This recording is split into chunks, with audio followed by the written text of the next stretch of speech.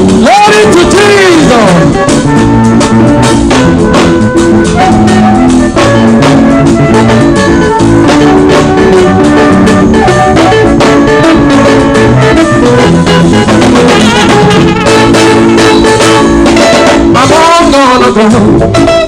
God, the best is good. Among God, Jesus, you are the only true God. Among God, God, the best is good. Among God, you are the only true God. Among God, the best is good. Among God, you are the only true God. Among God, among God, you are the only true God. Among God, only police.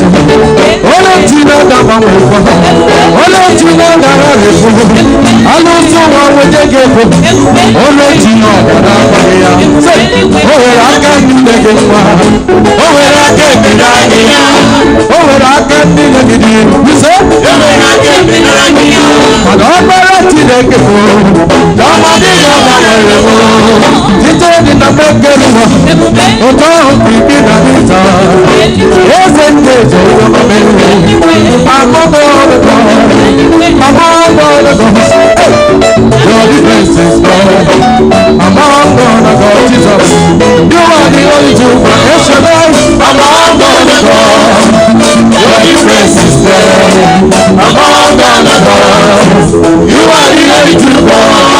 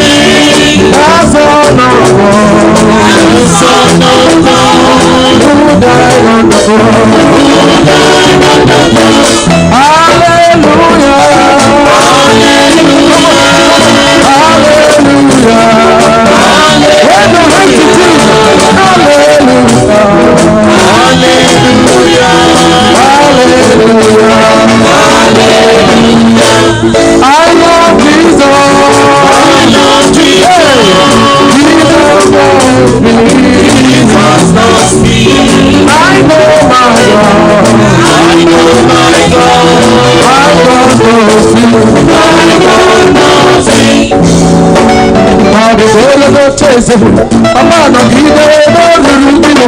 No gide no chase. Aja fo.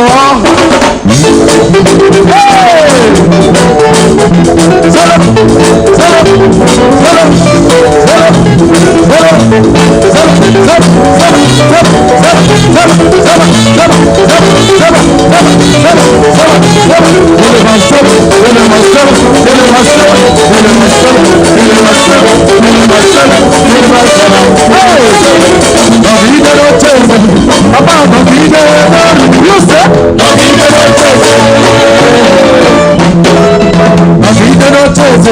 Papa no gide no rurugile. No gide no chase. Papa no gide no rurugile. No gide no chase. Papa no gide no rurugile. No gide no chase. Papa no gide no rurugile. No gide no chase. Papa no gide no rurugile. No gide no chase. Papa no gide no rurugile. No gide no chase. Papa no gide no rurugile. No gide no chase.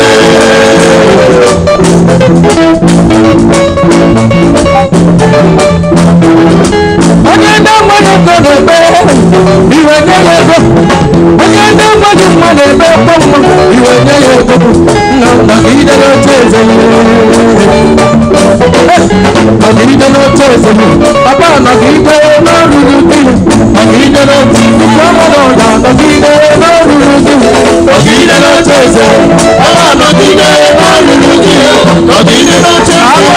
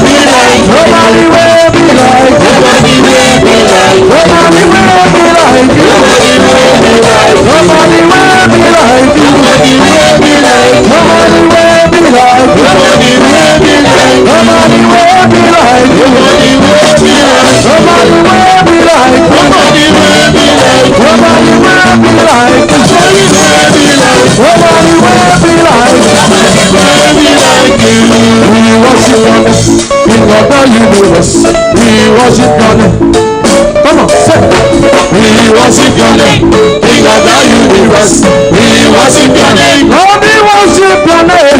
We worship your name. We worship your name. We worship your name. Lord, we worship your name. We worship your name. We worship your name. We worship your name. Lord, we worship your name. We worship your name. We worship your name. We worship your name. Hallelujah. Hallelujah. Wave your hands. Hallelujah. In the sound of victory. Hallelujah. Come on. Hallelujah. Let the sound of rejoicing fill this sound. Hallelujah. Hallelujah. Hallelujah. Hallelujah. The sound of victory. Hallelujah. Hallelujah. Let the sound of rejoicing fill this sound. He said, I am bread. He said, I am bread. I am bread. I am bread. I am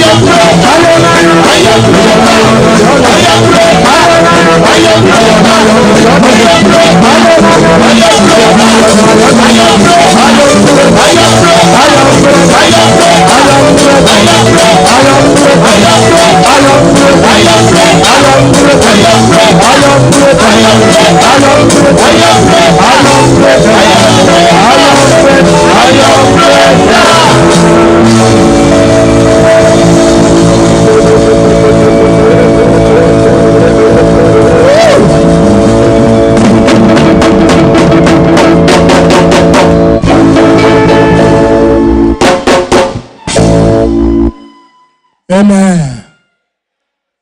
Don't worry.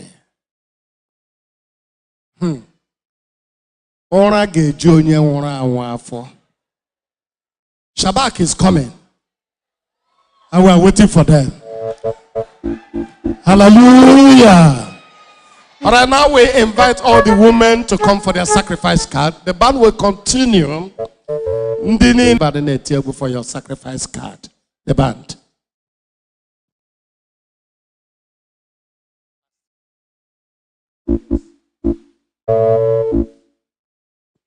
Amen. Ibu chukwu onye dị mma. Ibu chukwu onye dị mma. Ibu ọfana mbọ onye mbụ n'onye ikpeazụ mmalite ọgwụgwụ ekechiri n'osi n'ịbụ Chigo.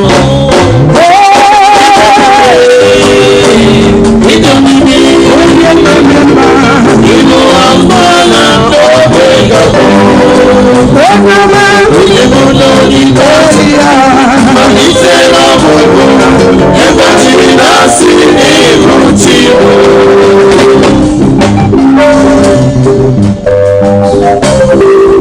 Amen. Amen. Kai bere Chineke. Nna nke eluigwe, lee ndị orugu ụmụ nwanyị ndị a abịawo n'irugu. Ma gọzie ha n'aha Jizọs. Ka ha ra mkpa na-akpa ha bụrụ mkpa ahụ n'aha Jizọs. Ọdụ ndị na-achọ mkpụrụ nke afọ dị mmehie Chineke nye mkpụrụ nke afọ n'aha Jizọs. Ọdụ na-enweghị ezigbo ọrụ nye ezigbo ọrụ n'aha Jizọs. Ebe na-azụ ya kọna gara nke ọma n'aha Jizọs. Ọdụ nwere ụmụ elu na-erube isi Chineke meka na-erube isi n'aha Jizọs. Nke mee ka na-erube dị isi n'aha Jizọs. Ekele dere gị na anyị ikpere site na Jizọs Kraịst onye nwe anyị.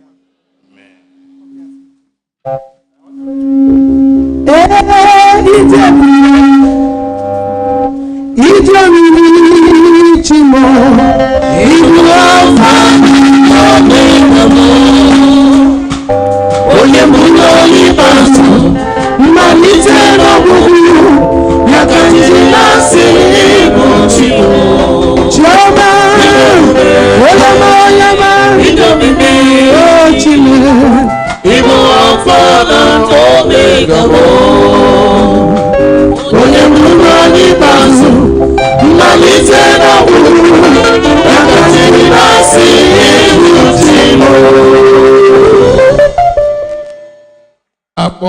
Mr. and Mrs. Ifai Emmanuel Kahaba to an altar for their churching. I hope they are in the service.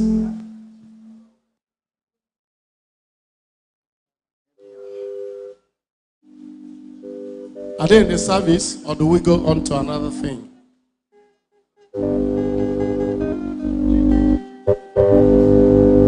They are not here. Okay.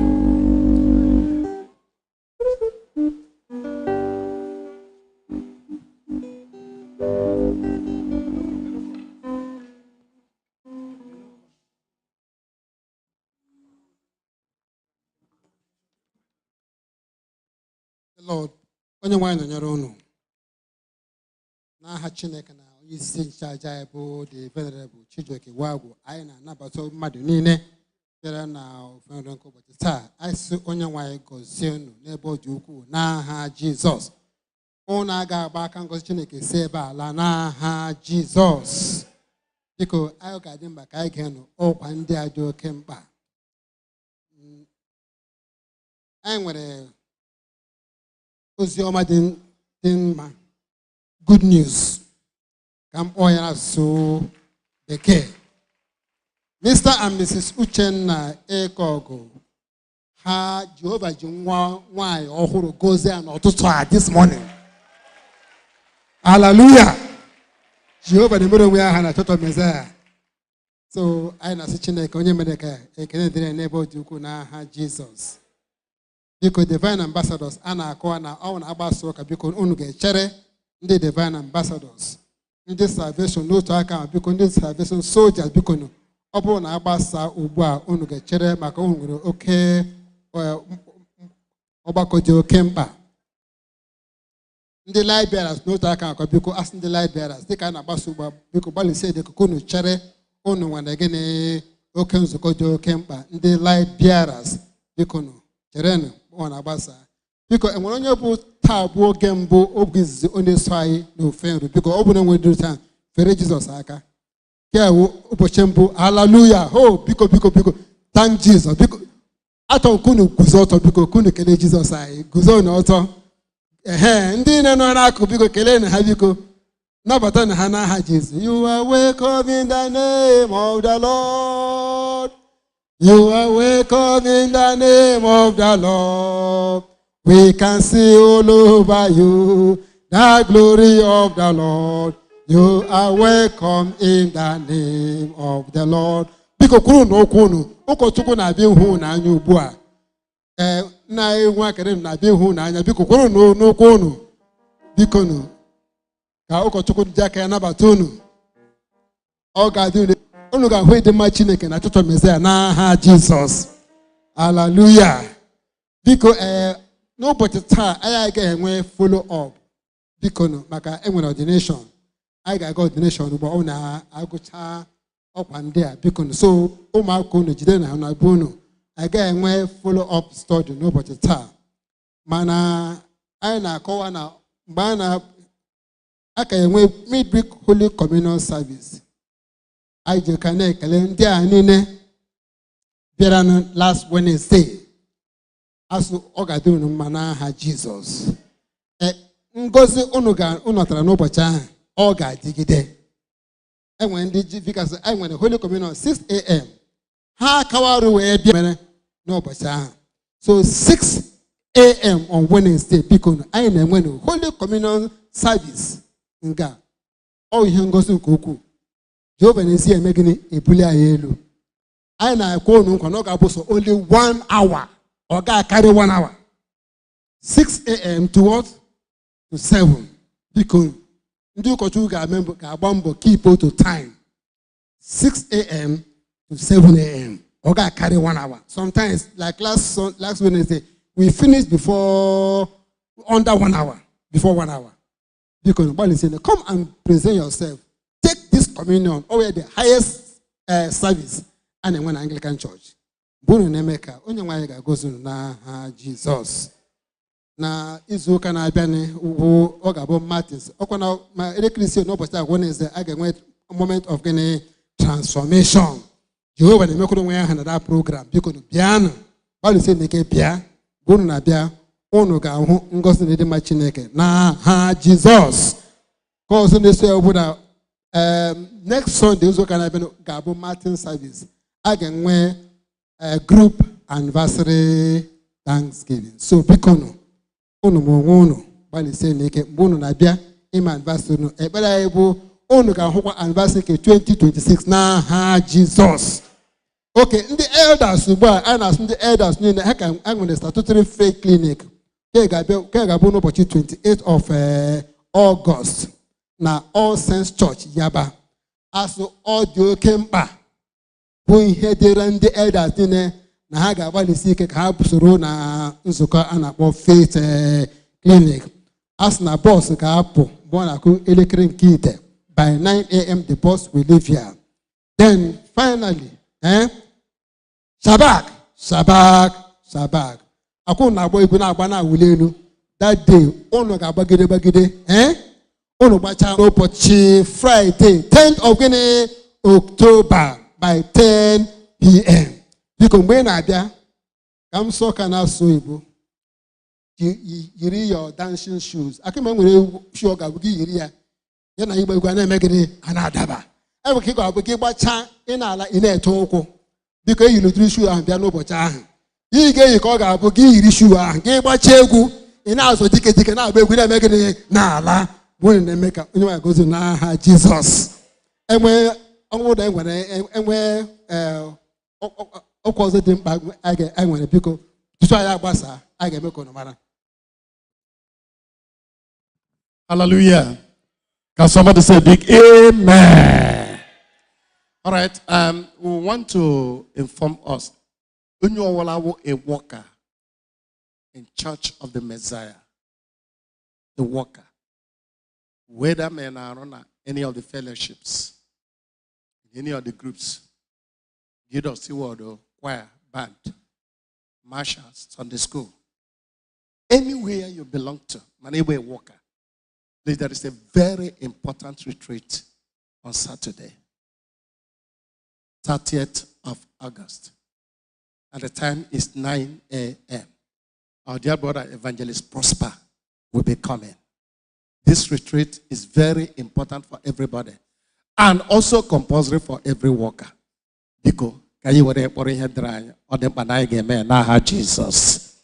Last Sunday was Sunday school day, Sunday school Sunday.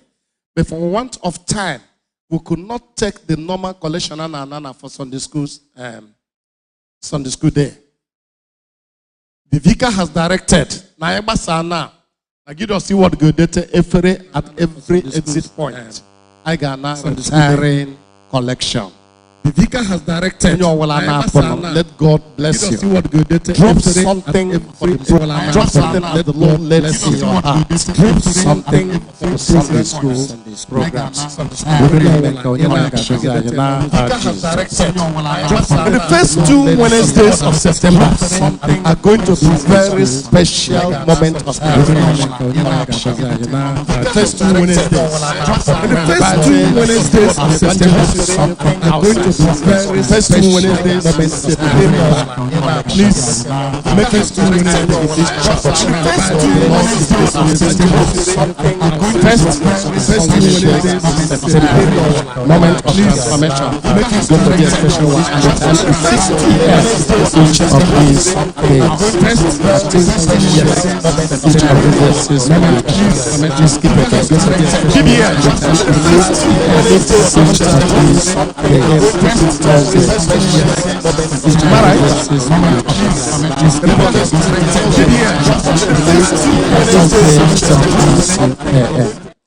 This is for our harvest. And we all agreed concerning this. Because Obru needs your own envelope for harvest support. Can you please indicate? If you have your envelope for harvest support and you want to come to the altar now, we'll give you time. Anybody?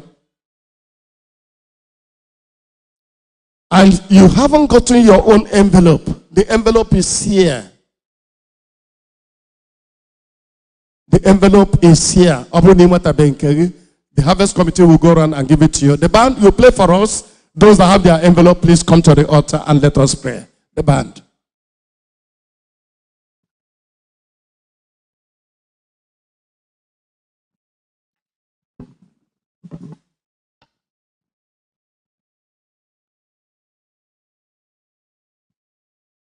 Ka ekpere Chineke.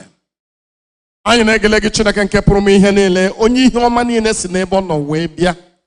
Chineke biko lee ezinụlọ ndị a ndị nọ n'iru gị n'ụbọchị taa ịkwadobe harvest anyị nke afọ 2025. Chineke ị maara ebumnobi ha na mkpa ha dịka ha bịara n'iru ịkwadobe ọlụ nke gị na chọọchị a. Anyị na-arịọ kwadobe ezinụlọ ndị a na mkpa ha niile n'aha Jizọs. Meghere ha ụzọ ngọzi, chụpụrụ ha ajọ mmụọ, chụpụrụ ha ajọ mmadụ. Lee anya n'ezinụlọ ndị a, lee ihe ọbụla bụ mkpa ha dịka o si dị ha n'obi. Onye nwe anyị gboro ha n'aha Jizọs. Anyị na-ekpe n'isi unu ogologo ndụ, arụsị ike n'ebe unu nọ, n'ebe ụmụ unu nọ, n'ebe ụmụ ụmụ nọ. Ọ ga-adịrị unu na mma n'ụtụtụ, dịrị unu na mma n'ehihie, dịrị unu na mma n'abalị. Ka onye nwe anyị gọzie unu, ka onye nwe anyị chebe unu, ka onye nwe anyị mee ka ọ dịrị unu mma na mgbe ọbụla.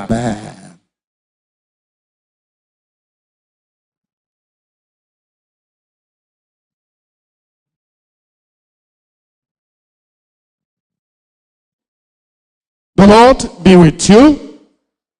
Ka ekpere Chineke. Ka ọ gọziri anyị n'ụbọchị taa. Kelee ya ekele maka arụ na ọbara nke Jizọs Kraịst nke anyị nataworo. Kelee ya ekele maka okwu ya dị nsọ nke a gwawara anyị. Kelekwa ya ekele maka ekpere niile nke ọ zara anyị n'ụbọchị taa. Were onwe gị chee n'iru Chineke n'izu ụka a. Kwubi okwu na ọ ga-adịrị gị na mma, dịrị ezinụlọ na mma n'izu ụka a. Kwubi okwu na izu ụka a ga-abụ izu ụka ọnwụ, na ọ ga-abụ izu ụka nrịarịa, na ọ ga-abụ izu ụka nsogbu. Kwubi okwu na Chineke ga-emeghe eluigwe wee cheta gị n'ezinụlọ gị, cheta gị ebe ị na-azụ ahịa na ebe ị na-arụ ọrụ.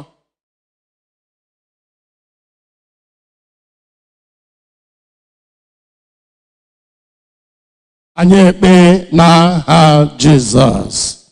Ka udo nke Chineke nke karịa ịghọta mmadụ chebe obi unu na echiche unu na ọmụma na ịhụnanya nke Chineke na nke ọkpara ya Jizọs Kraịst bụ onye nwe anyị. Ka ngọzi nke Chineke nke pụrụ m ihe niile bụ Nna na Ọkpara na Mmụọ Nsọ dị n'etiti unu, dịnyekwara unu ugbu a na mgbe niile.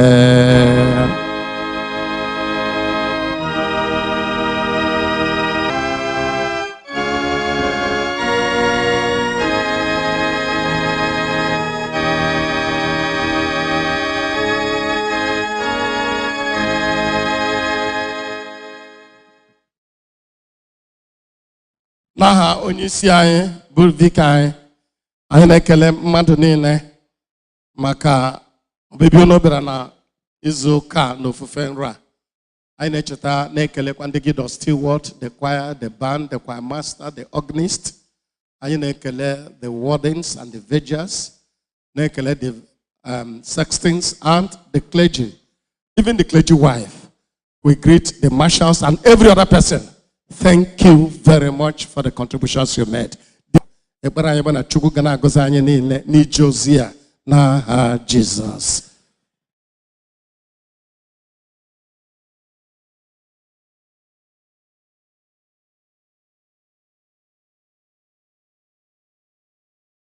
Biko chetakwa na mgbe anyị na-apụ na anyị ga-enwe retiring collection. Ndị Gideon Steward biko cheta natanụ ihe eji anụ onyinye ndị a. Biko chetakwa na mgbe anyị na-apụ anyị ga-enwe retiring collection. Ndị Gideon Steward biko cheta natanụ ihe eji anụ onyinye ndị a. Biko chetakwa na mgbe anyị na-apụ anyị ga-enwe retiring collection. Ndị Gideon Steward biko cheta natanụ ihe eji anụ onyinye ndị a. Biko chetakwa na mgbe anyị na-apụ anyị ga-enwe retiring collection. Ndị Gideon Steward biko cheta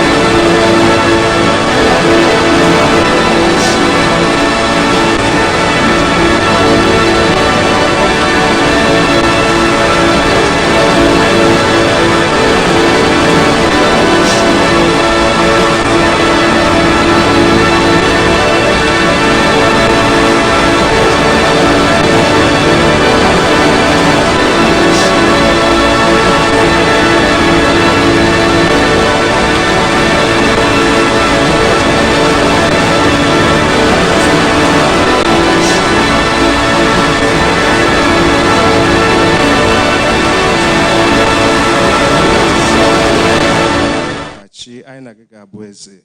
And etu a ka ọ ga-esi wee dị na chọọchị nsọ n'ime ezinụlọ anyị dị iche iche na ndụ anyị n'otu n'otu n'aha Jizọs. Daalụ eze ebe n'ihi n'imeela n'aha Jizọs Kraịst bụ onye nwe anyị. Laanụ n'udo ịhụ onye nwe anyị n'anya na ife ya ofufe. Chukwu gọzie unu n'aha Jizọs. Biko chetakwanụ our retiring collection for Sunday school. God bless you.